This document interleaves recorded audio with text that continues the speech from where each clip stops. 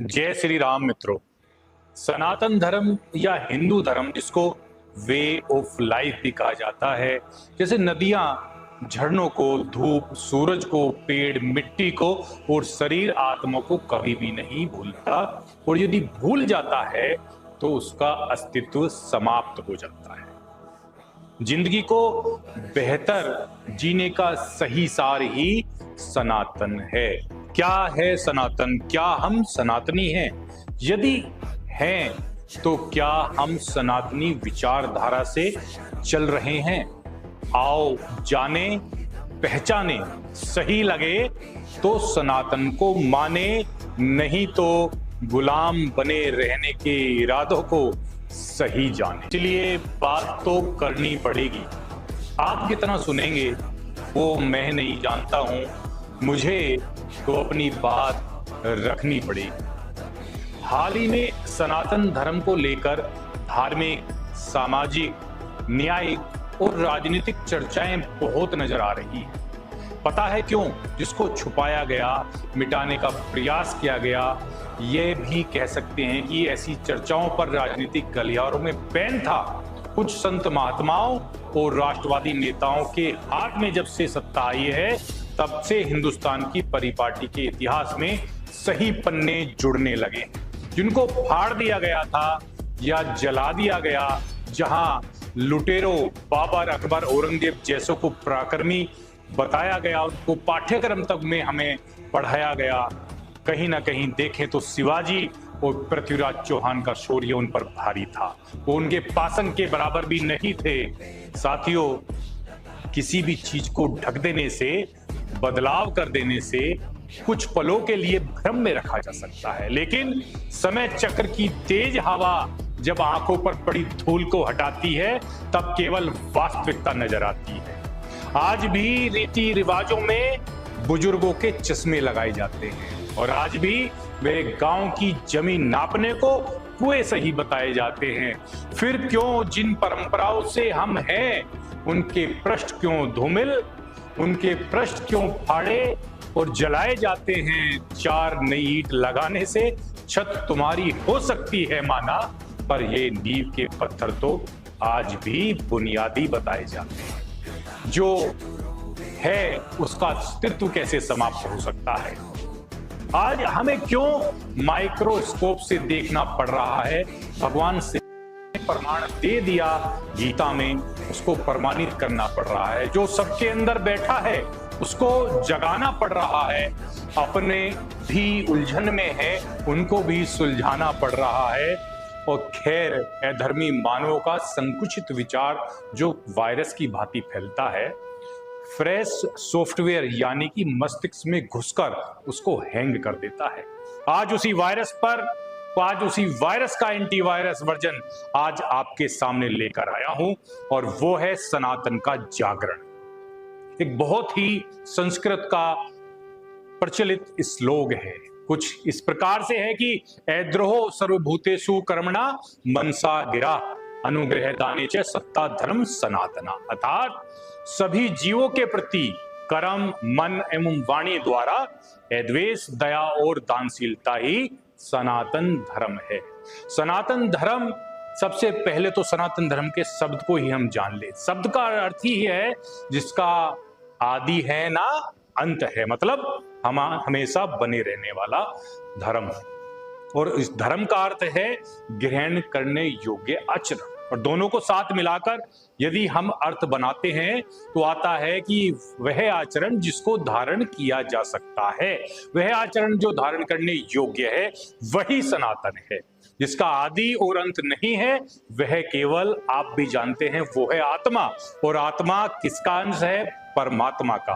तो आसान भाषा में हम कह सकते हैं, भगवान के द्वारा बनाया गया यह धर्म सनातन धर्म है। और भारतवर्ष में हिमालय से हिंद महासागर तक रहने वाले लोगों को हिंदू का नाम दिया गया, और इस सनातन धर्म को इस अपार क्षेत्र में रहने वाले लोगों ने अपनाया। इस प्रकार हिंदू धर्म सनातन धर्म का ही वैकल्पिक नाम है। तो ये स्पष्ट है, सनातन और हिंदू धर्म दोनों एक दूसरे के ही नाम हैं।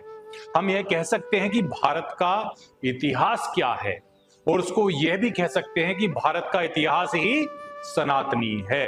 भारतवर्ष में हम जानते हैं कि दो बड़े महाकाव्य, रामायण और महाभारत, जिसको हमने सभी ने देखा है। रामायण त्रेता युग में करोड़ों वर्ष पहले की सत्य कथा और महाभारत द्वापर युग में की सत्य कथा है, जो हमने कोरोना काल में नई पीढ़ी के साथ बैठकर अपने चलचित्र में देखी है, टीवी में देखी है। राम का संवाद, भगवान श्री राम का संवाद, भगवान श्री कृष्ण का अर्जुन के बीच गीता का ज्ञान संवाद, दोनों में ही सनातन धर्म के विशेष प्रमाण मिलते हैं। यदि पौराणिक मान्यताओं को आधार माने तो सनातन धर्म लगभग 90,000 वर्ष पुराना है, और ज्ञात रूप से 12 वर्ष पुराना हमारी सिंधु घाटी की सभ्यता में प्रमाणित चिन्ह इनके मिल जाते हैं।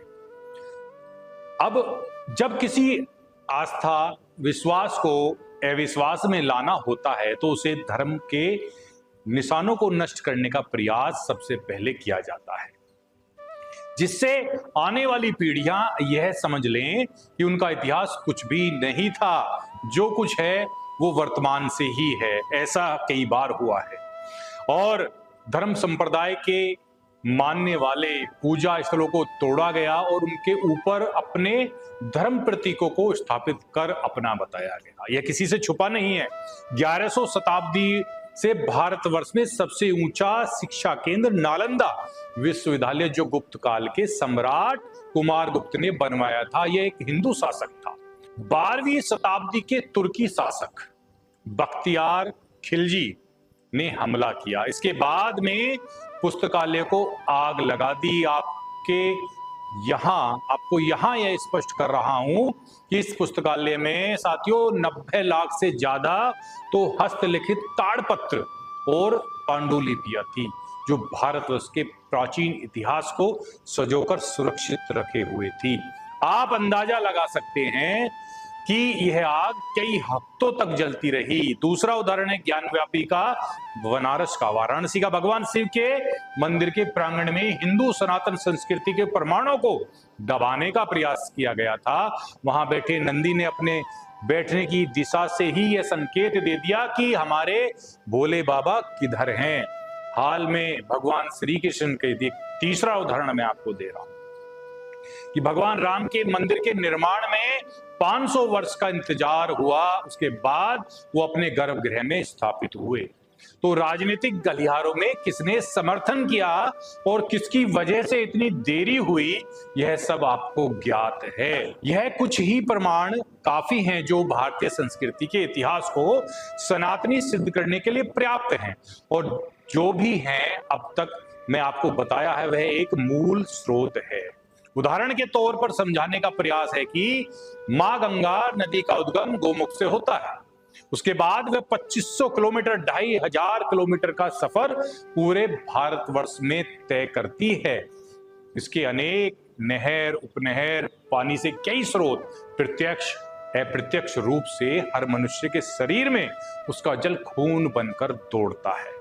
इस जल को कोई बोतल में भरकर अपना टैग लगाकर अपना जल बताए तो बात समझ से परे हो जाती है।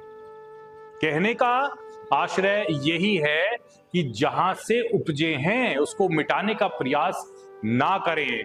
बोतल में बंद पानी को आप अपना कह सकते हैं, इसमें कोई समस्या नहीं है, मगर पानी के स्रोत को अपना कहना ऐसा है जैसे पिता को पुत्र कहना।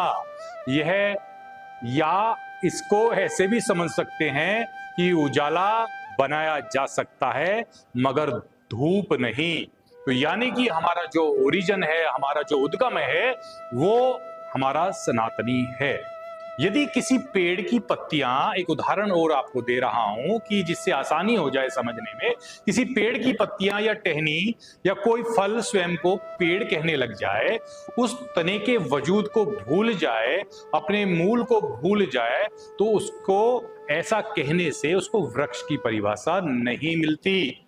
विश्व का सबसे बड़ा मुस्लिम कंट्री इंडोनेशिया, साथियों मैं हाल ही में वहां भ्रमण करके आया हूं, जिसमें आज भी रामलीला होती है। और वह उनका एक राष्ट्रीय पर्व बन चुका है और उसमें किरदार निभाने वाले सभी लोग मुस्लिम हैं।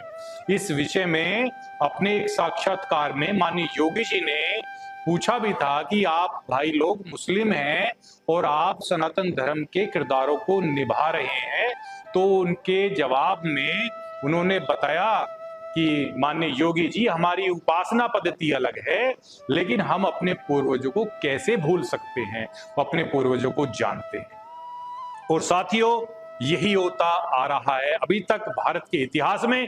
सनातन धर्म के धर्म स्थलों को, उसकी प्रामाणिकताओं को धूमिल करने का प्रयास कई बार किया गया है। लोग यह भूल जाते हैं कि छत की मुंडेर पर 4 ईंटें लगाने से जमीन की नींव नहीं बदला करती। भगवान श्री राम के अस्तित्व को मिटाने का कितना प्रयास हुआ वह आपने देखा है, और सबके सफल प्रयासों के बाद में सफल प्रयास हुआ और रामलला अपने घर में स्थापित हुए। लोगों ने अपना अपना रंग देने का खूब प्रयास किया, लेकिन जब वह अपने असली रूप में आया है तो उसने सबको रंगहीन कर दिया है। जब भगवान राम को मानने वाले हम हैं, भगवान कृष्ण को मानने वाले हम हैं, और देवों के देव महादेव भगवान भोलेनाथ को मानने वाले हम हैं, तो क्यों ना जो अभी तक झूठ बताया गया, जो छुपाया गया, जो मिटाया गया अपनी मानव जाति के अस्तित्व को बचाने में, और जो भ्रम में हैं उनको समझाने में कैसा संकोच। साथियों, आइए घर से निकलें और सनातन धर्म के प्रचार में एक अखंड भारत बनाएं, जिसमें अपने जो लगते हैं पराये वह भी आकर समा जाएं। और अंत में बस यही कहूंगा, हमें जातियों में नहीं बंटना है। गर्व से कहो हम हिंदू हैं, गर्व से कहो हम सनातनी हैं, और गर्व से कहो हम भारतीय हैं। सत्य सनातन धर्म की सदा ही जय हो, और मां भारती तेरा वैभव हमेशा अमर रहे।